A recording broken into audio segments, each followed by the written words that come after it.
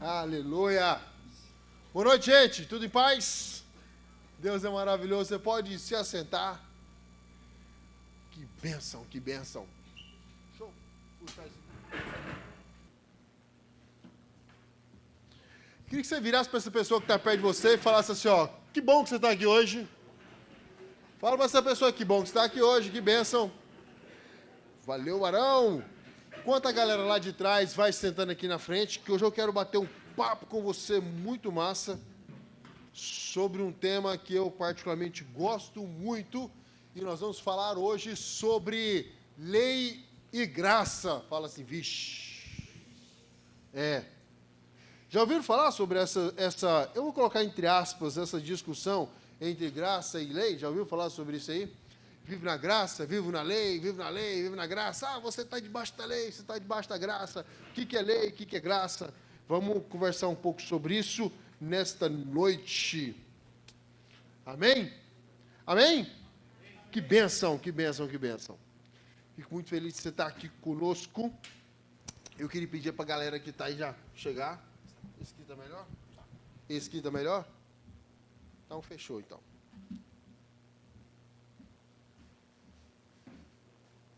Massa, massa, massa. Então, hoje falaremos sobre lei e graça. Vamos lá. Existe uma situação bem desafiadora para falar sobre lei e graça. Porque existem aqueles que falam sobre lei e no sentido literal, querem viver debaixo do negócio.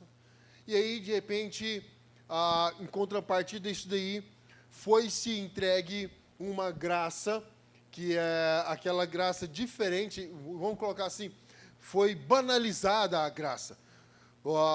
Esqueci o nome de um escritor, Don Richthofen, acho que é o nome assim que fala, ele fala sobre essa graça, e ele fala sobre o quanto a graça de Deus tem sido banalizada, e ela foi entregue de uma forma barata. Então, banalizou-se a graça. Ou seja, eu não vivo mais debaixo da lei, porque eu estou debaixo da graça, e essa graça foi pelo sacrifício de Jesus na cruz. E então, eu não sou salvo mais pela lei, sou salvo pela graça. E é isso mesmo. Se você olhar aquilo que está no livro de Efésios, deixa eu achar aqui, Efésios capítulo 2, versículo 8, que é um dos temas que estaremos falando sobre isso aqui hoje, você vai ver sobre isso. Olha aqui que a Bíblia diz em Efésios capítulo 2, versículo 8 e 10. Pois pela graça de Deus vocês são salvos por meio da fé, e isso não vem de vocês, mas é um presente dado por Deus.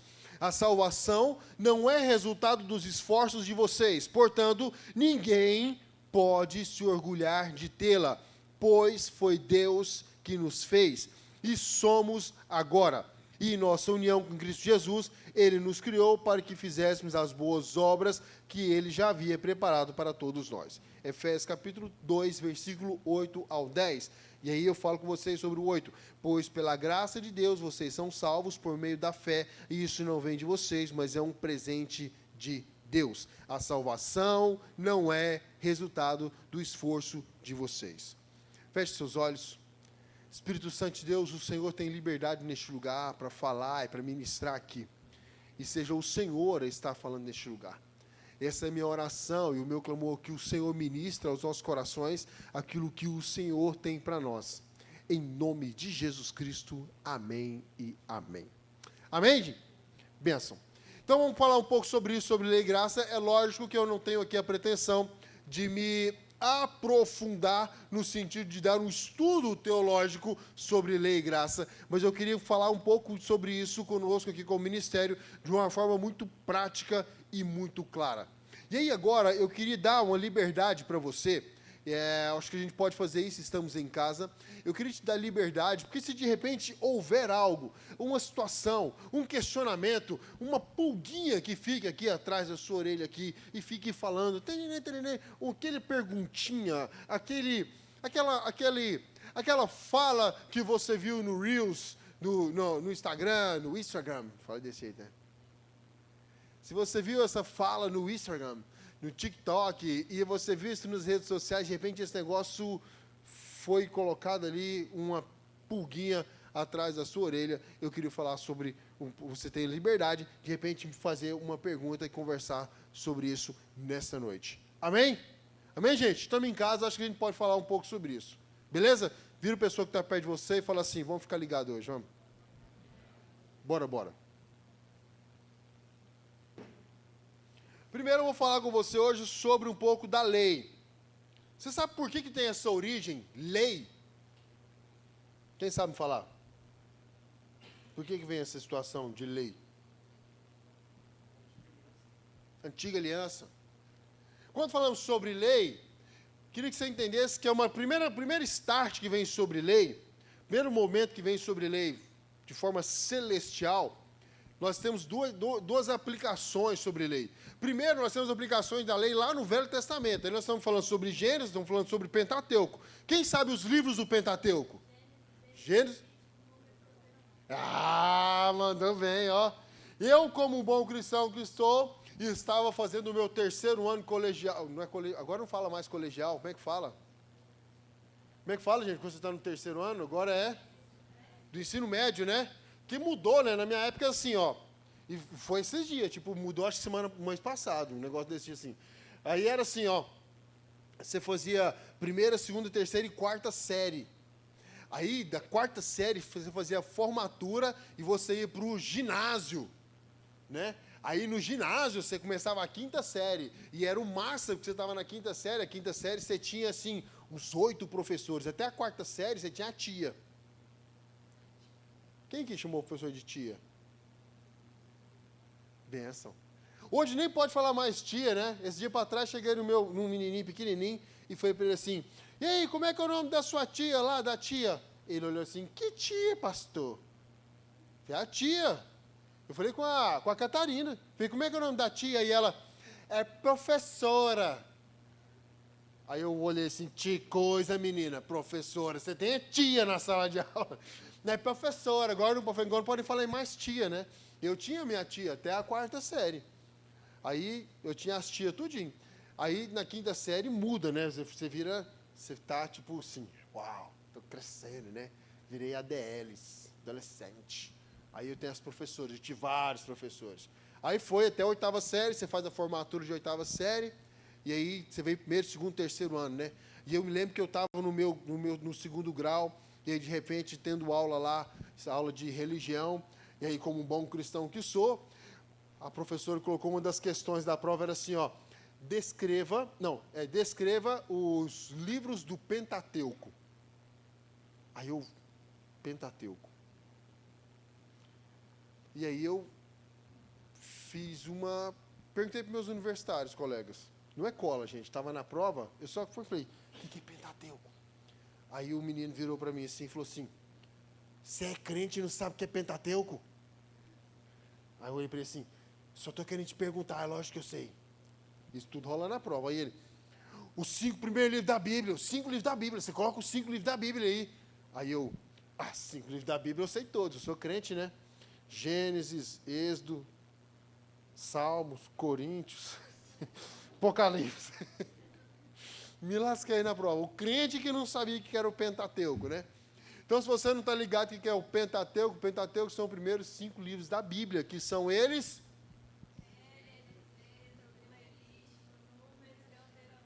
Uau, vocês são tops. Vocês já não vão errar nessa matéria mais de religião, tal qual eu me errei. Me lasquei, passei vergonha da vida no segundo grau.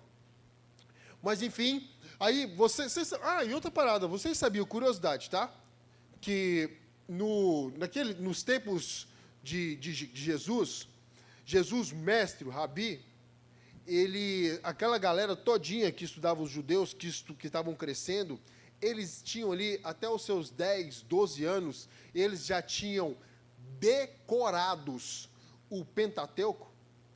Sabia disso? Na escola do judaísmo. Os meninos aprendem o Pentateuco decorado. Quem tem uma Bíblia de papel aí, pega os 5 primeiros livros da Bíblia aí. E faz assim, ó, para você ver quanto que dá aí. Faz um montinho aí, ó. É isso aqui, Rebeca, ó. Os meninos têm isso aqui, ó. Fala assim, decorado, velho. Sabe todas as paradas disso aqui. Uma hora dessa nós vamos bater um papo sobre o chamado dos discípulos, por que os discípulos aceitaram o chamado de Jesus, e eu estou falando assim de uma forma racional, tá? Uma hora nós vamos bater um papo sobre isso, e não cabe aqui agora, mas uma hora nós vamos falar um pouco sobre isso. Mas vamos lá.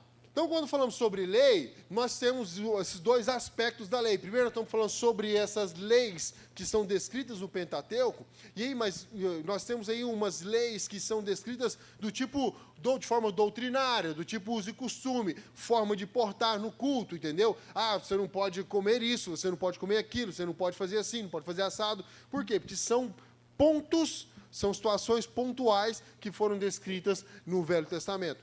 Mas o ponto principal que eu quero falar com vocês está lá em Gênesis, capítulo, está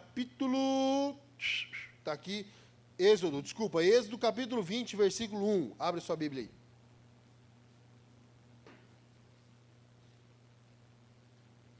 aí. Êxodo 20, capítulo 1. Não, capítulo 20, versículo 1.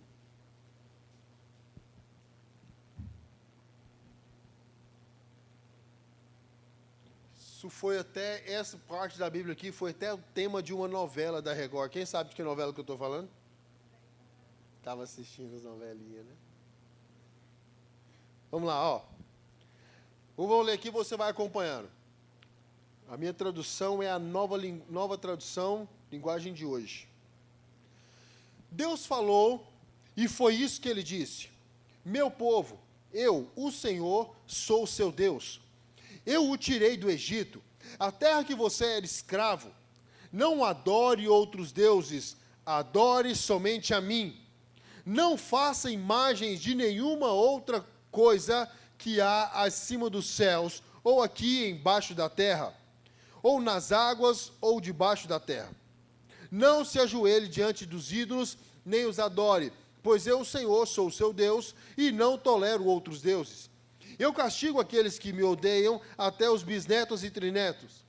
Pois sou bondoso com aqueles que me amam e me obedecem os meus mandamentos, e abençoo os seus descendentes por milhares de gerações.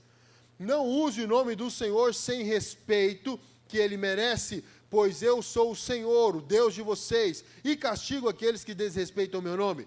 Guarde o sábado, que é um dia santo, e faça todo o seu trabalho durante 6 dias da semana, mas o 7º dia da semana é o dia de descanso dedicado a mim, o Senhor, o seu Deus. Não faça nenhum trabalho nesse dia, nem que você e seus filhos, nem as suas filhas, nem os seus escravos, nem as suas escravas, nem os seus animais, nem os estrangeiros que vivem na terra de vocês. Em 6 dias, eu, o Senhor, fiz os céus e a terra, o mar e tudo que há neles, mas o 7º dia descansei. Foi por isso que eu, o Senhor, abençoei o sábado e separei para o dia santo. Respeite o seu pai e a sua mãe, para que você viva muito tempo nessa terra que estou lhe dando. Não mate, não cometa adultério, não roube, não dê testemunho falso contra ninguém, não cobice a casa de outro homem, e não cobice a sua mulher, os seus escravos, o seu gado, seu jumento, ou qualquer outra coisa que seja dele. Aqui nós estamos falando sobre os 10 mandamentos. Dentre esses 10 mandamentos que são descritos aqui, eu queria que nós entendêssemos aqui, que dos 10 mandamentos, você vai perceber que, basicamente, eles estão divididos em 2 partes. Sabia disso? Se você perceber os 10 mandamentos, você vai ver que tem algumas coisas dos 10 mandamentos que são direcionados para o seu relacionamento entre você e Deus, e existe uma outra parte dos 10 mandamentos que são direcionados entre você e o seu próximo. São alicerces, são colunas, direcionamentos, que partindo deles, você pode estar alicerçado neles, e você vai ter um relacionamento para com Deus, de forma saudável, e para com o seu próximo, de forma saudável. Você vai perceber que os 4 primeiros aí, dos 10 mandamentos, está falando sobre eu e Deus. Ele está falando sobre não adorar outros deuses, não é verdade? E aí você vai dando sequência neles, e depois ele vai falando sobre um relacionamento entre eu e o meu próximo. para que eu não possa mentir, eu não vou roubar. Sobre roubar, é muito mais sobre eu e meu irmão do que sobre eu e Deus. Aí, beleza. Dando sequência a tudo isso, nós estamos debaixo da lei. Agora, é bem desafiador vivenciarmos isso e colocarmos isso 100%. E aí vem uma situação bem desafiadora para nós, porque se fôssemos viver debaixo da lei, é impossível para nós, como homens e na nossa natureza carnal, fazer o negócio 100%.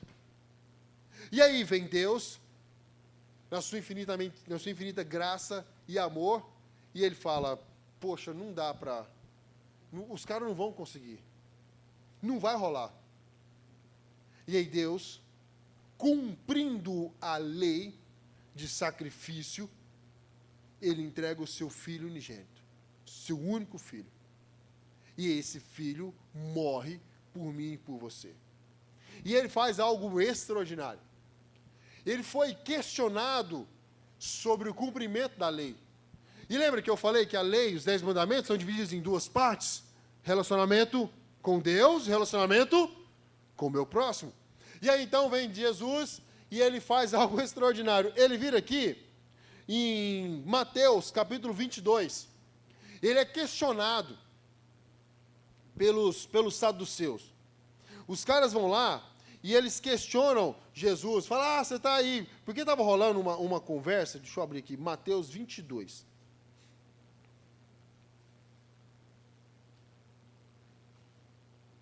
Mateus 22, 34.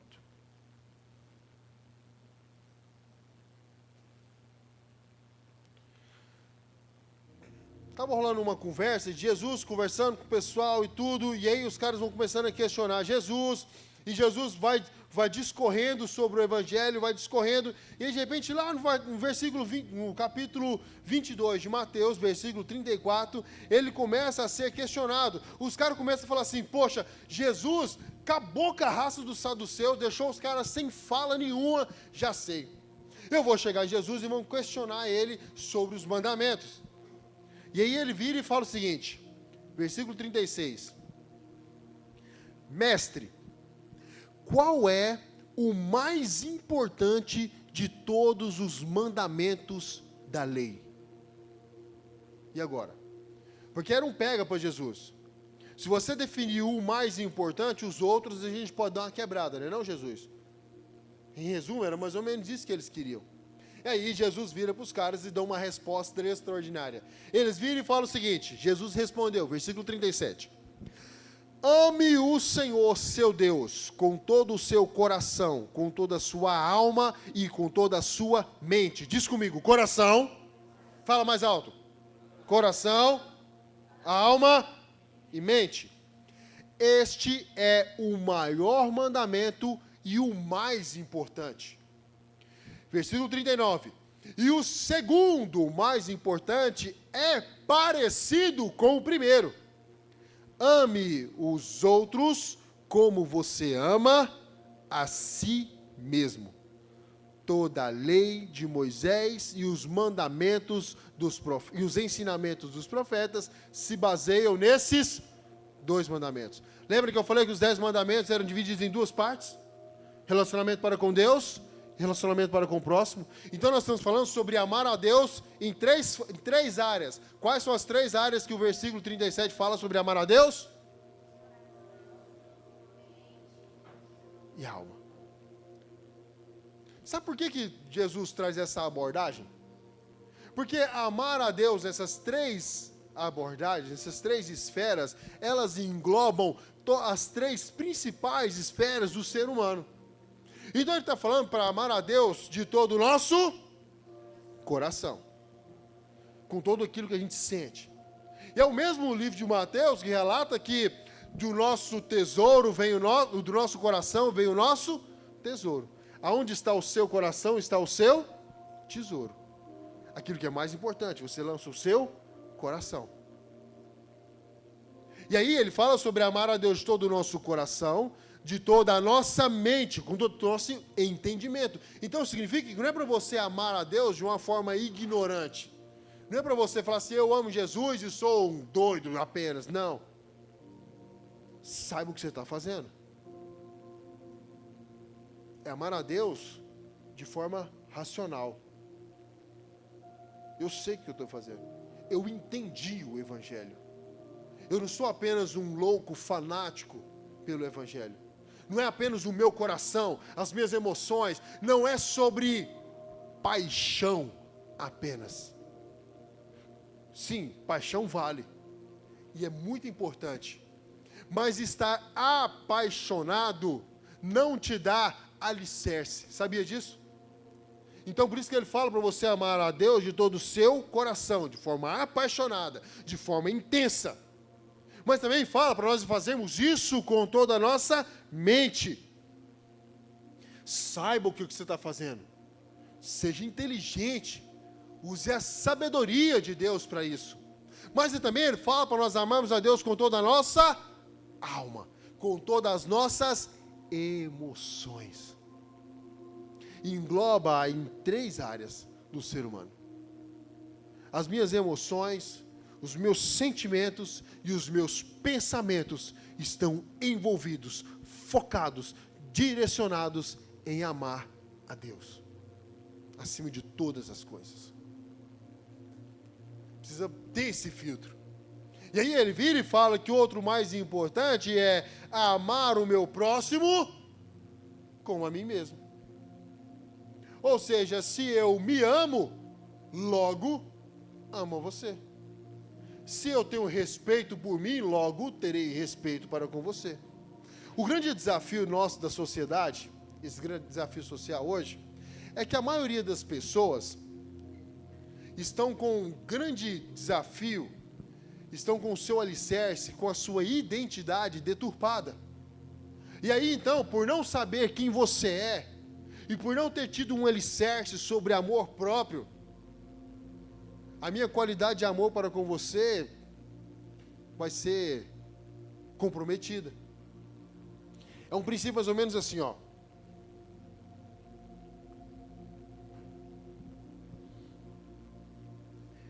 Digamos que eu more à beira do rio Meia Ponte. E aí, lá na beira do rio Meia Ponte, vou colocar diferente, para ficar mais entendido. Digamos que eu moro às margens do rio Tietê. E aí, então, a água que eu bebo diariamente, que água é essa? Do rio Tietê. Então, todos os dias, eu vou lá e bebo a água do rio Tietê. Então, digamos que você vai um dia na minha casa me visitar. Você chega lá em casa, me faz uma visita, e aí você fala assim, Rogério, me dá uma água. Qual é a água que eu vou te entregar? Que água que eu vou te dar para beber? Água? Água. Qual água eu vou dar para você beber? A do rio Tietê. Quando você pegar essa água do rio Tietê, você vai falar assim, eco, que água é essa? Nossa, que cheiro ruim. E eu vou olhar para a água e falar assim, não, mãe, é a água que eu bebo todos os dias. Mas para você vai ser terrível. Você não vai tomar dessa água. Principalmente se você sabe de onde vem. Agora, digamos que você não saiba que água é essa. E você acidentalmente bebe dessa água, confiando em mim. Rogério não vai me dar uma água ruim. Eu estou na casa dele. Gente, é ilógico, né, que alguém forneça água do rio Tietê para o outro, não é verdade? Esqueci seu nome, mano. O Yuri. Se eu for lá na casa do Yuri, digamos que o Yuri bebe água do rio Tietê todos os dias. E aí o Yuri está bebendo dessa água, eu vou lá, ô Yuri, que bacana e tal, dá um copo d'água aí, cara. Não na hora, ele vai me dar o copo d'água. Você tem um costume de ficar pegando água, cheirando, olhando, antes de beber? Não, eu vou na casa do Yuri, pego a água e tomo. Quando eu bebo da água, eu sinto aquele gosto ruim, mas eu já tomei.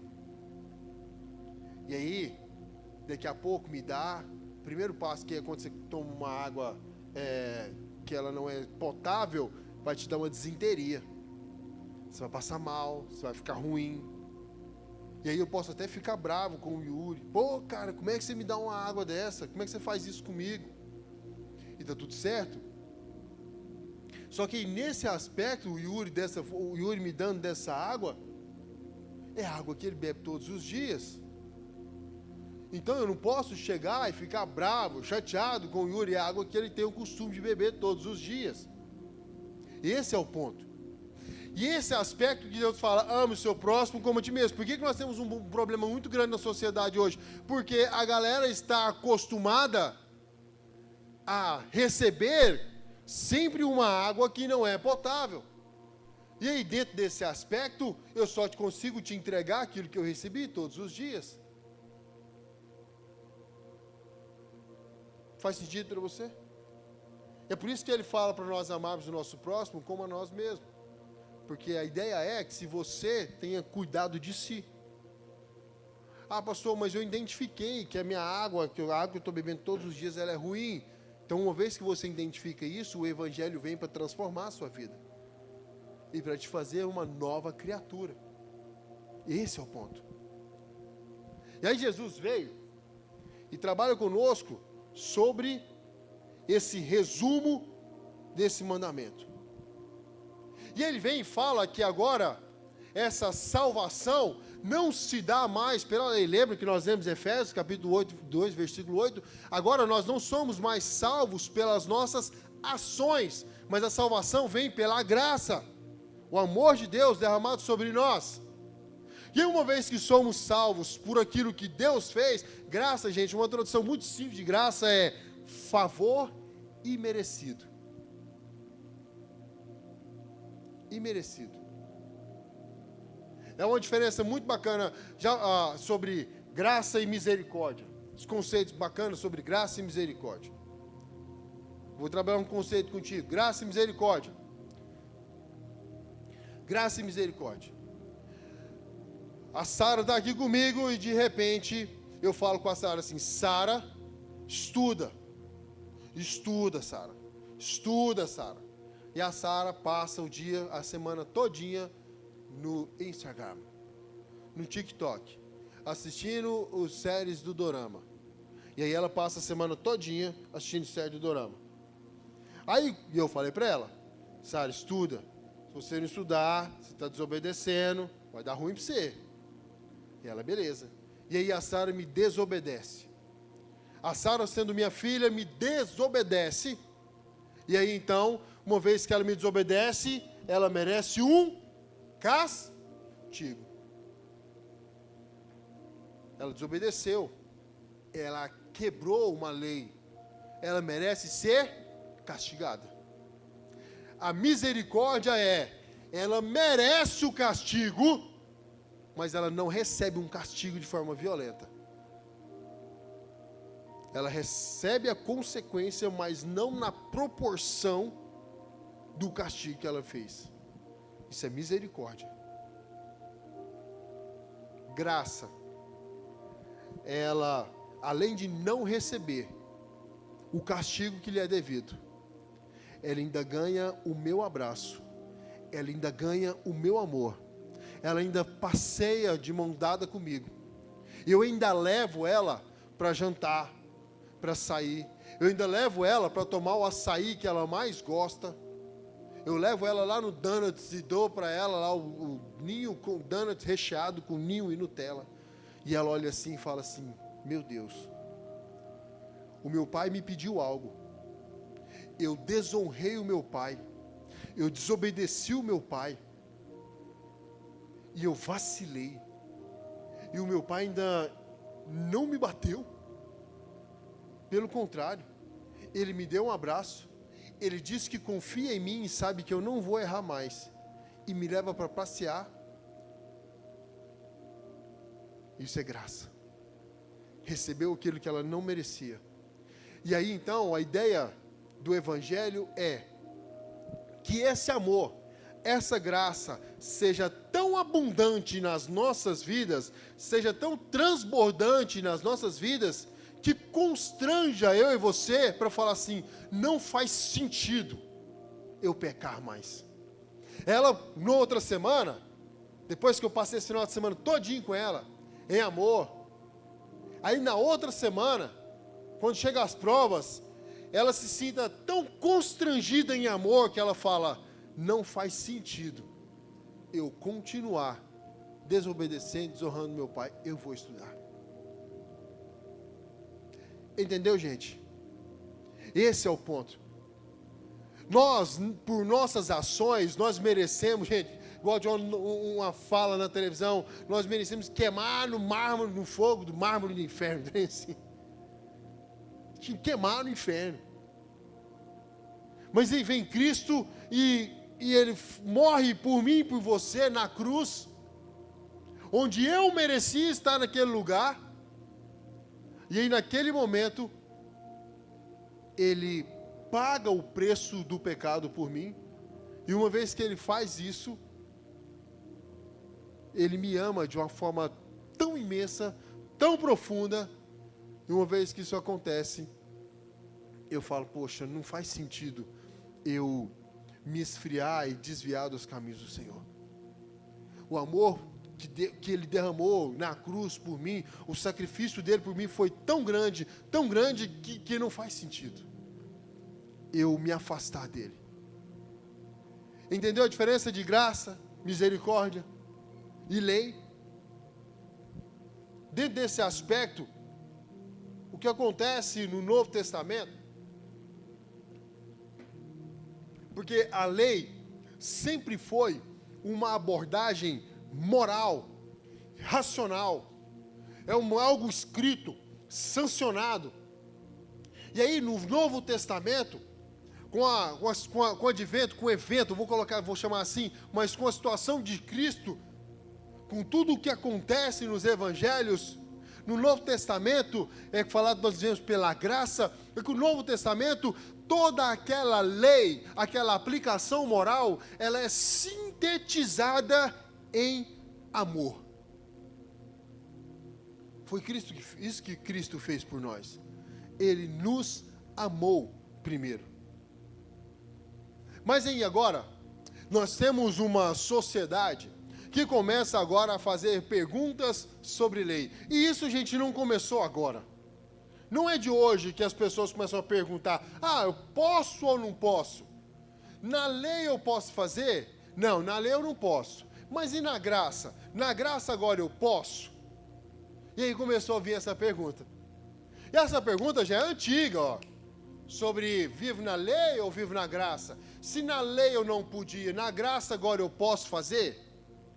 E aí fica uma pergunta de posso ou não posso. Essa pergunta de posso ou não posso, é essa pergunta que está por trás do lei versus graça. Todas as vezes que as pessoas vêm e falam o seguinte: lei e graça, no fundo, a grande pergunta é: posso ou não posso? A sociedade traz hoje esse questionamento. O questionamento lei e graça, ele está omitindo o que verdadeiramente você quer perguntar, que é se você pode ou se você não pode fazer. Estou falando alguma besteira aqui, gente?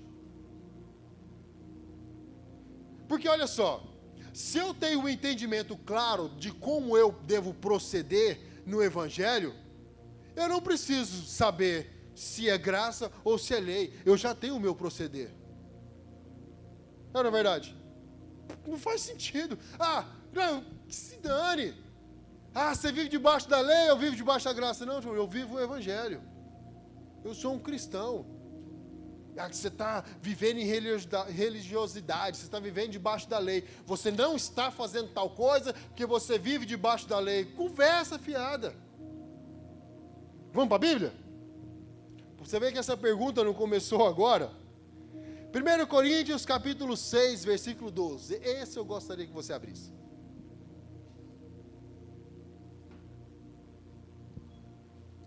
Primeiro Coríntios 6, 12.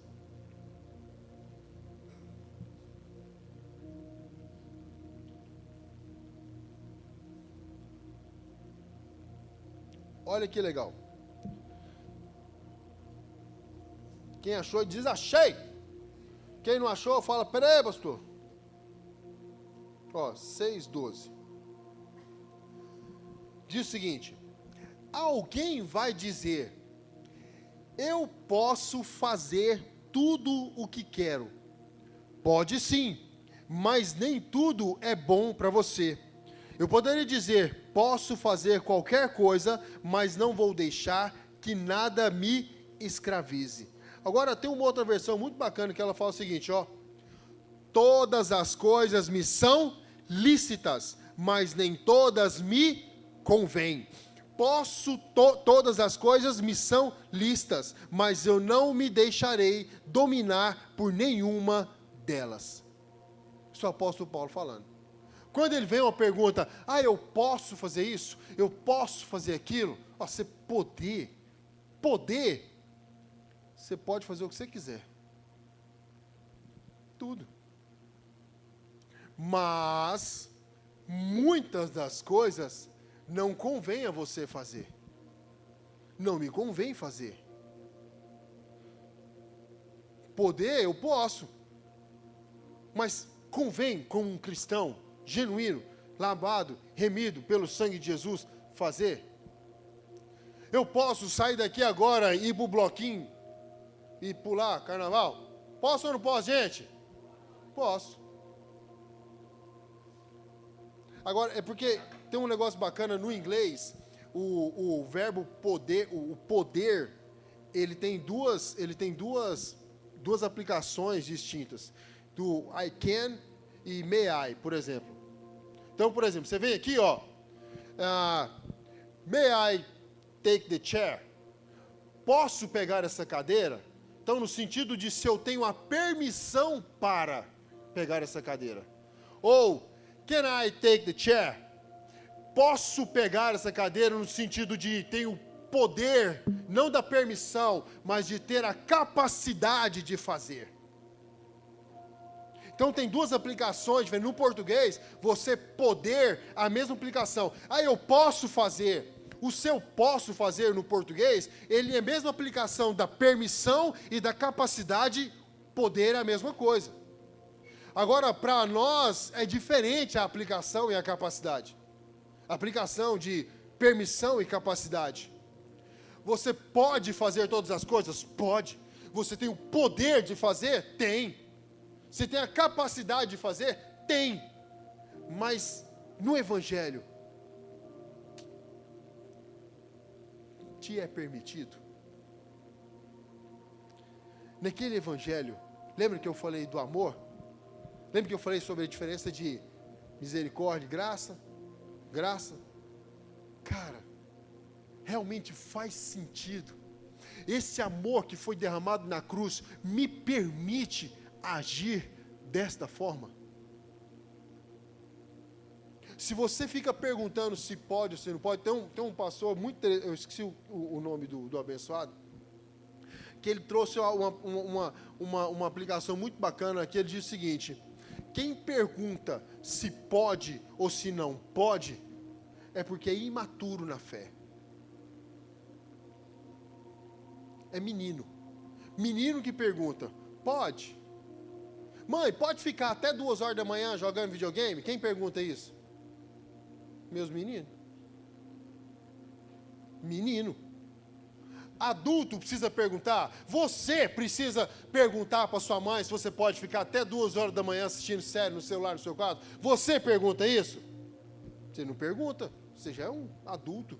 Você já é jovem. Para os adolescentes nós vamos falar dessa forma. Mas você é jovem, você não tem que perguntar para ninguém. Você quer varar a noite jogando videogame? Que vare. Você quer passar a noite assistindo a sua série? Que assista. Menino pergunta para a mãe se pode. Você jovem não faz isso mais. Porém, você sabe exatamente das consequências que você passa. É ou não é verdade? Ninguém vai pagar os seus boletos. Pelo menos na teoria não deveria ser assim, né? Para menino não, porque menino, gente, pergunta se pode ou se não pode, porque menino tem uma característica maravilhosa. Sabe qual que é uma grande característica do menino? Sabe qual é? Pergunta assim: qual, pastor? Não, faz assim: qual, pastor? Qual? Qual? Olha para mim. Menino não paga conta. Sabia disso? Já viu? Menino, gente, não paga conta. E é isso mesmo, está tudo certo. Quem paga a conta é adulto. Quem resolve os problemas é adulto. São pessoas maduras. Menino não resolve B.O. Menino só desfruta. Ah, pastor, eu só estou desfrutando. Menino. O dia que você começar a ser a pessoa que resolve o problema, deixa comigo que eu resolvo. Aí eu vou falar assim, uau, temos uma pessoa que está amadurecendo na fé. Porque menino, só chega aqui, como é que vai ser, hein? Eu quero só brincar, eu quero só curtir. Não tem nada pronto não para eu poder curtir? Não tem nada legal para mim não? Pronto para mim no culto? Para eu poder desfrutar? Não tem nada pronto no ministério para você me dar? O que você tem para me dar? Quem faz isso é menino. Por isso que nós temos aqueles que estão imaturos na fé, e o apóstolo Paulo fala que esses estão recebendo leite espiritual. São aqueles que eles chegam aqui na igreja e eles falam o seguinte: o que a igreja tem para me dar? Para me oferecer? O que você pode me dar? Menino. Adulto, a pergunta é diferente. A pergunta é: como é que eu posso pagar esse negócio? Qual é a minha parte aqui para resolver esse problema? Esse é o grande diferencial. É por isso que você já tem que começar a ajudar a pagar as contas da sua casa. Quando você começar a ganhar dinheiro, você tem que ajudar a pagar a conta na sua casa. Você tem que pagar os seus boletos, é sinal de maturidade. Isso é o sinal. Que você fica perguntando se pode ou se não pode. O que Paulo está falando aqui é que todas as coisas te são lícitas, mas em todas te convém fazer. E aí vem o apóstolo Paulo, e no mesmo livro de Coríntios, só que lá no capítulo 10, 23, abre lá, capítulo 10, 23, só dá umas folhadinhas aí, capítulo 10, versículo 23, aí ele fala sobre as liberdades dessa graça. Olha que interessante, todas as coisas são lícitas, mas nem todas convêm. Peraí, você está lendo o mesmo versículo de Coríntios 6? Não. O apóstolo Paulo está repetindo isso aqui no capítulo 10. 1 Coríntios capítulo 10, versículo 23. Todas as coisas são lícitas, mas nem todas convêm. Todas são lícitas, mas nem todas edificam. Aí ele fala: ninguém busque o seu próprio interesse, e sim o de outro.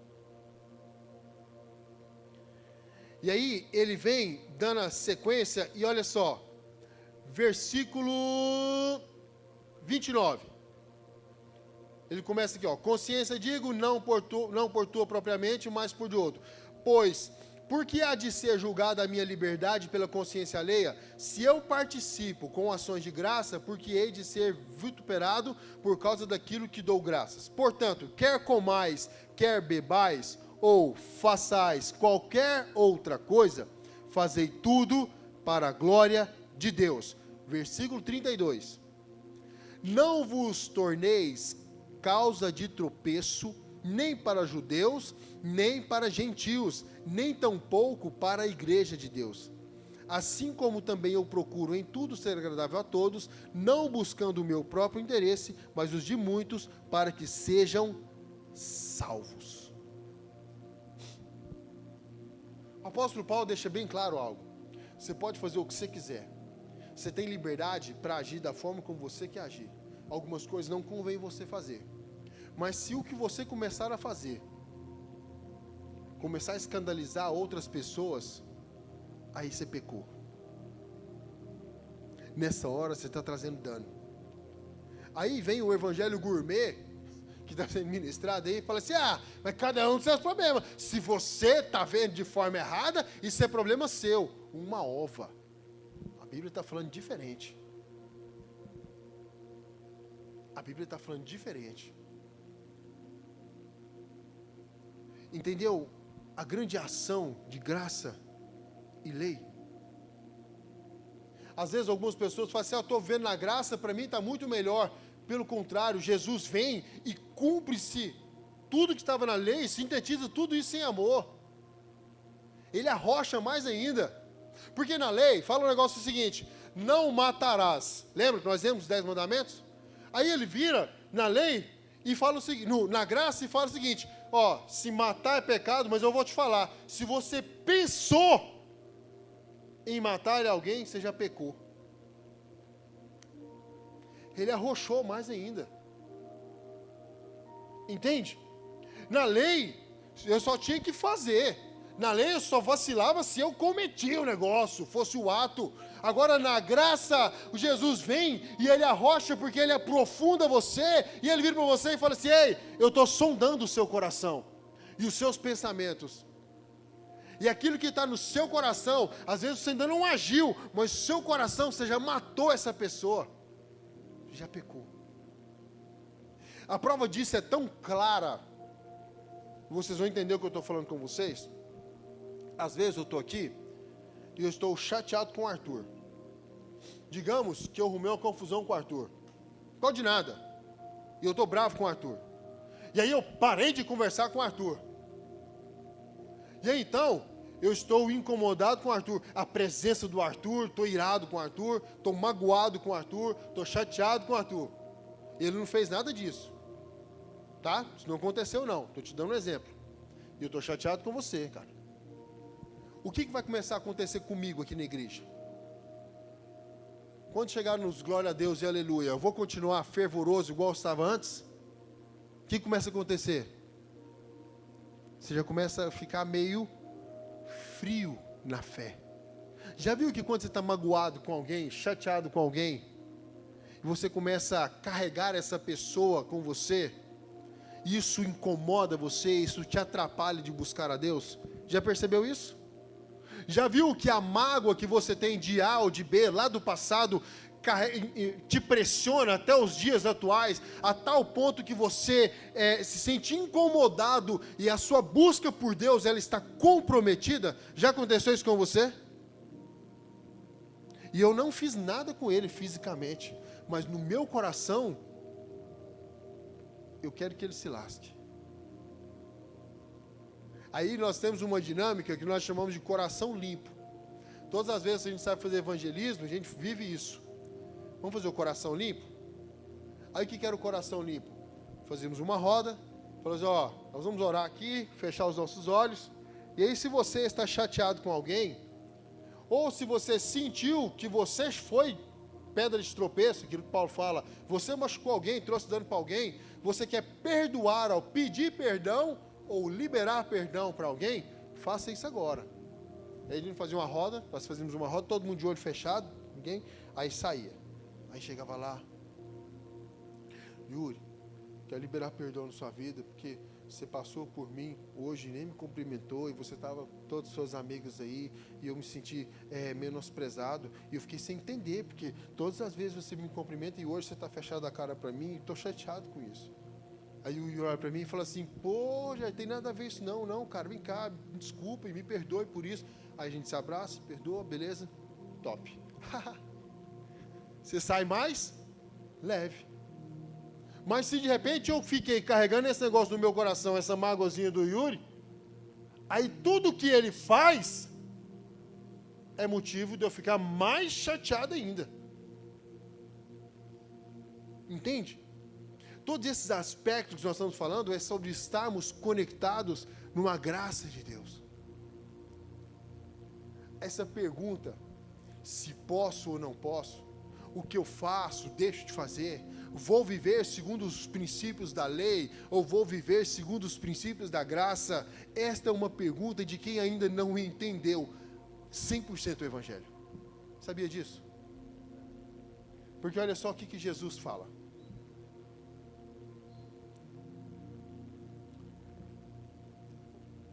João capítulo 4, versículo 34.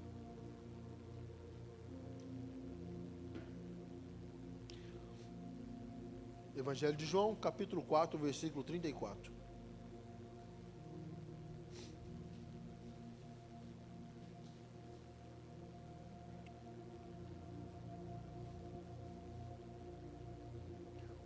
versículo 31.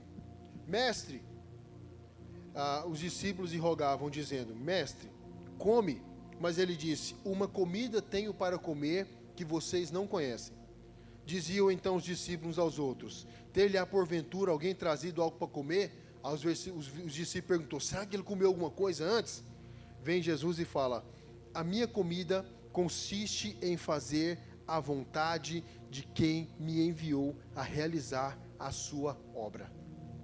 Jesus vira e fala o seguinte, o meu alimento, o que me alimenta, o que me completa, o que me preenche, o que me move é fazer a vontade daquele que me enviou.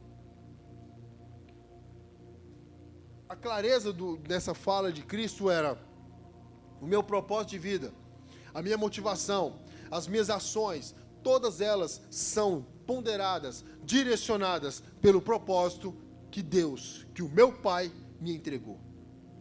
Nesse aspecto, você não vê as ações de Jesus sempre são pautadas nisso, num propósito que Deus deu para ele.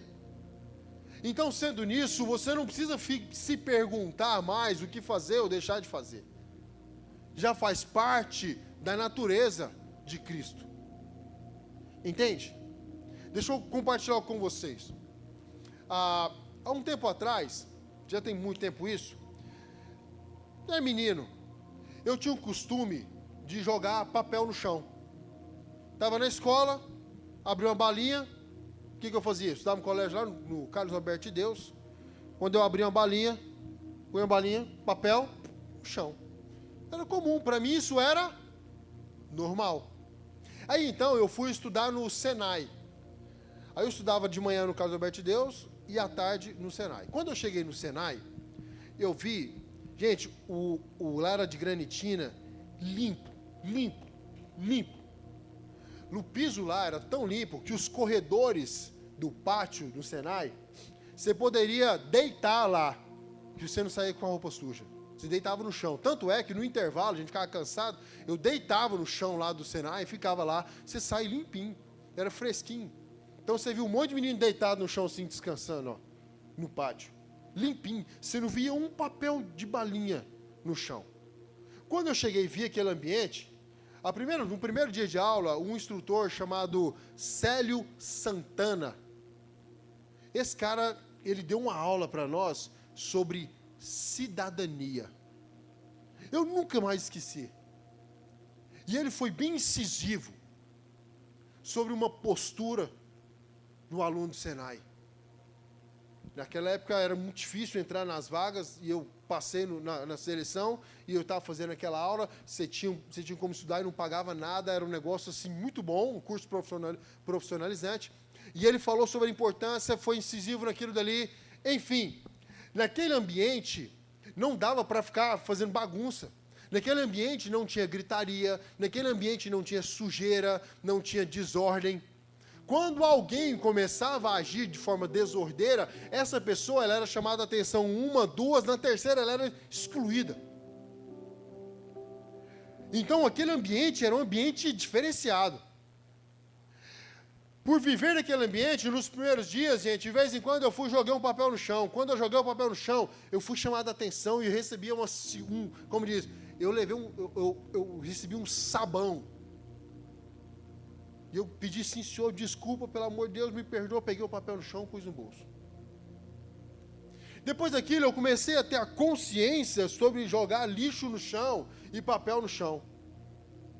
E aquilo foi internalizado na minha mente sobre uma postura. Para os dias de hoje, eu acho extremamente mal educado jogar papel no chão. Às vezes dentro do carro, o carro fica sujo, eu vou e jogo um lixinho dentro do carro. Às vezes eu ando com um bolso cheio de papel, de balinha, chupo balinha direto, mas as balinhas ficam tudo no bolso, os papéis. E eu fico pensando como é que tem gente que tem a capacidade de andar. Você já viu gente na rua e joga papel no chão? Para elas isso é normal, é comum. Você vê o cara abrindo o papel, jogando. Às vezes o cara está no ar-condicionado, ele tem a capacidade de abrir a janela, jogar o papel no chão e fechar. Você vê crianças fazendo isso. Mas só faz porque o pai está fazendo. E eu fico pensando, como é que um adulto faz um negócio desse? O dia que ele está andando, tomando o milkshake dele, ele joga no chão. Isso é horrível. Mas a pessoa ainda não entendeu a cultura dessa forma. A mente dela ainda não foi renovada. No mesmo princípio, às vezes eu vejo os caras casados e eles olham e falam o seguinte: uau, cara, olha que gata. Mas você não é casado? Sou, mas cavalo amarrado também? Basta. Então, para os caras aí fora, é comum o adultério. Às vezes, para os caras aí fora, para o mundo aí fora, é comum a propina. O que para mim e para você, às vezes, pode ser algo extremamente ilógico, não faz sentido. Mas para o mundo lá fora é normal, é comum. A graça alcança eles, dentro daquele exemplo que eu falei para vocês, lembra da Sara?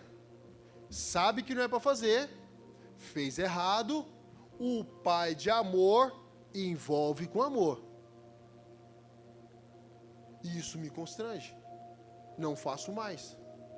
É por isso que a Bíblia diz que onde abundou o pecado, superabundará a graça de Deus. Eu errei demais. Eu achava que era normal ter 1, 2, 3 namoradas. Tá tudo certo, eu sou bichão, sou macho alfa, quanto mais namoradas eu tiver... Muda dos espertos. Se eu puder te passar para trás a negociação e ganhar de você, é porque eu sou esperto. Aí eu entendi o Evangelho, a graça e o amor de Deus veio sobre a minha vida, e aí de repente, eu já não preciso mais perguntar para Deus: Deus, eu posso ter 2 mulheres? Faz sentido, gente, eu perguntar, eu questionar e saber, peraí, será que eu posso ter 2? Faz sentido isso, gente? Por que não faz? Porque o Evangelho já me alcançou. Então, na graça, eu já entendo como Cristo pensa. A minha comida, a minha bebida é fazer a vontade do meu Pai, que está lá nos céus. Então, gente, Ele é santo. Eu não preciso perguntar para Ele se posso ou não posso fazer. Eu não preciso ficar trazendo questionamentos que vão satisfazer os meus desejos. Não. Existem algumas perguntas que elas são clichê. São clichês? Como é que fala? Vocês entenderam. Por exemplo, crente pode beber? Pode. Você quer beber? Pode. Paulo diz que você pode todas as coisas. Realmente, a Bíblia nunca virou e falou assim, é pecado beber. Nunca disse isso. Mas a Bíblia deixa bem claro, convém beber. Quando eu falo beber, bebida alcoólica, tá? Te convém beber a bebida alcoólica? Convém a você? Se você faz ou não faz, eu não vou te julgar. Mas a minha pergunta é, essa pergunta que o apóstolo Paulo coloca na Bíblia. A Bíblia está perguntando isso para você. Convém você fazer isso? Quando você ingere uma bebida alcoólica, qual o testemunho que você dá para aquele que não é cristão? Qual é o testemunho? Você se difere entre os demais no seu estilo de vida? Convém roupa X, Y, Z? Convém assistir tal coisa? Convém falar sobre tal coisa? Aí alguém vira e fala o seguinte, você está vivendo, pastor, pela lei, você está pregando lei e religiosidade. Será mesmo que a sua pseudo-liberdade, na verdade, não esconde uma libertinagem? Será que você não está se escondendo atrás dos seus desejos carnais e pessoais, querendo satisfazer o seu ego? Como eu ouvi certa vez, não, pastor, eu bebo só para eu poder relaxar. Aí eu perguntei, o seu momento de relaxar está condicionado a uma bebida? Então quer dizer que você é dependente dessa bebida. Não, tá tudo bem. Eu falei, cara, um abismo chama outro abismo, tá tudo certo. E aí, o tempo diz os resultados. E aqui eu estou falando com vocês sobre mais de 20 anos de ministério que eu já tenho. Por mais que eu sou novinho ainda, gente. É porque eu comecei cedo no Evangelho. Fala assim, uau. Eu tenho meus 32 anos, com 10 anos eu comecei a pregar. Conversa, eu estou com 41 e com 20 anos dos 20 anos eu fiquei tempo integral. Então eu já vi muita coisa. Já vi muita festinha que começou, só um negocinho, dois negocinhos, 3, 4, 5, 6, adultério. Muito. Não, eu só vou ali com os meus amigos, nós só vamos poder estar junto, 6 meses depois está invernado na prostituição e no pecado. Entende o que eu estou falando com vocês? Ah não, eu estou vivendo pela graça de Deus, na graça de Deus agora eu posso. Você é um religioso. Cara, eu vivo aquilo que a Bíblia diz para viver. E a minha comida e a minha bebida é fazer a vontade do meu Pai. A minha pergunta para você nessa noite, eu queria que você guardasse isso no seu coração, é: qual tem sido o seu alimento? O que move você? Viver sobre a lei, viver sob a lei, sob a graça, é indiferente quando você vive o seu propósito em Deus. Que no meu propósito em Deus, se Deus vira para mim e fala o seguinte: olha, Rogério, é para você fazer sim, assado, estou mandando. Sim, Senhor, Ele é o meu Senhor. Viver sobre a graça é: Rogério, não preciso nem mandar o que você precisa fazer, né? Você já sabe, você já me conhece. Eu falei, Deus, já te conheço, já estou ligado na fita. Eu não preciso chegar nos meus meninos e falar para eles algumas coisas, porque eles já sabem, eles me conhecem e eles já sabem o que eu gosto e o que eu não gosto. Com os meus 19 anos de casamento com a minha esposa, tem coisas que a Gabriela já não precisa mais falar para mim que ela não gosta que eu faça. Eu já a conheço. Tem coisas que ela já sabe. O nosso relacionamento já não precisa ter um livro de regras. A gente já se conhece. E tem coisas que eu faço por ela, que eu faço porque eu a amo. E tem coisas que eu não gosto e faço porque eu a amo. Tem coisas que eu já renunciei porque eu a amo. Eu tenho o direito de fazer? Tenho. Sou bichão, sou independente, posso fazer o que eu quiser. Mas eu não faço, porque eu sei que se eu fizer, eu vou entristecê-la. E não faz sentido para mim ser casado com alguém, me relacionar com alguém, dizer que amo esse alguém e de forma intencional agir de forma que vai trazer dano, entristecê-la. Poxa, se vai entristecer o meu Jesus, que eu digo que eu o amo, por que eu vou fazer? Para satisfazer os meus desejos? É isso mesmo. É isso mesmo. Quer dizer então que eu vou diminuir o meu tempo de busca com Deus, porque eu quero começar vários relacionamentos? Faz sentido isso? Não faz. Não faz sentido. E é sobre isso que eu falo com você. Viva intensamente tudo aquilo que Deus tem para você. E você não vai precisar te perguntar se você pode ou se você não pode. Você já vai fazer. Pelo amor que você tem a Cristo Jesus. Só para fechar um clichê. E aqui eu vou entrar no polêmico que é colocado, falado. E aqui já vou encerrar, tá? Partindo para encerrar. Vocês são fantásticos, me iludem. Eu ouvi falar esses dias: dízimo é da lei, agora eu vivo na graça, eu não preciso ser mais dizimista. Bem, se eu creio que a Bíblia é a palavra de Deus, ela é a palavra de Deus de Gênesis a Apocalipse, Ou só de Mateus, Apocalipse, gente? De Gênesis, Apocalipse. Então, o Velho Testamento é palavra de Deus? Sim ou não, gente? Mais força. Sim ou não, gente? Velho Testamento é? Novo Testamento? Sim. Se Velho Testamento, Malaquias 3,10 diz para me trazer todos os dias na casa do Senhor, é a palavra de Deus? A nova aliança anula a velha aliança? Então quer dizer que ser dizimista e ofertante, ser dizimista é religiosidade? É lei apenas? Não. É palavra de Deus.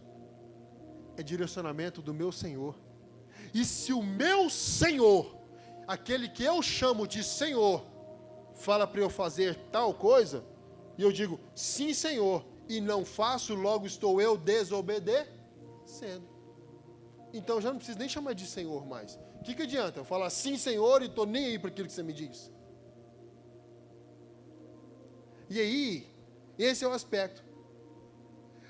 Dízimo é nova aliança, velha aliança, dízimo é religiosidade, dízimo é oferta é isso, agora é o gourmet, é o gênero. Não, gente, precisamos ser dizimistas e ofertantes. Isso é Bíblia, isso não é sobre lei, isso não é sobre graça, isso é palavra do Senhor, é direcionamento entre eu e Ele, e é relacionamento. Dízimo e oferta é relacionamento. É simples assim. Gente, ele me pediu 10%. Já estou dando a palavra de Deus. Ele me pediu 10%. E ainda me dá 90%. E olha que os 10 que eu dou para ele, eu fico com os 90%. Os 90% multiplicam de uma forma tão maravilhosa que os 10%... Quando você começar a viver de forma intencional o seu relacionamento com Deus, você vai começar a perceber que aqueles 10% que você separa de dízimo e oferta, na verdade, eles multiplicam de tal forma que você já não vai nem fazer conta mais. Eu estou começando a fazer conta. Será que o pastor, será que isso, será que aquilo? Isso está mostrando o seu nível de relacionamento para com o Evangelho. Nisso eu chamo a atenção para você. Você quer viver pela graça? Você quer viver pela lei? Ou você quer estar como Jesus? A minha comida e a minha bebida é fazer a vontade do meu Pai. Lei, graça, posso, não posso, devo fazer, não devo fazer. Isso é irrelevante quando eu estou alinhado com o meu propósito com Deus. Que aí não é sobre poder, não é sobre o poder de ter uma permissão para... É sobre estar tão sincronizado com Cristo que não preciso nem perguntar para Ele, eu já sei. Estou ligado, Jesus? Nisso eu quero convidar você a ficar de pé para nós orarmos.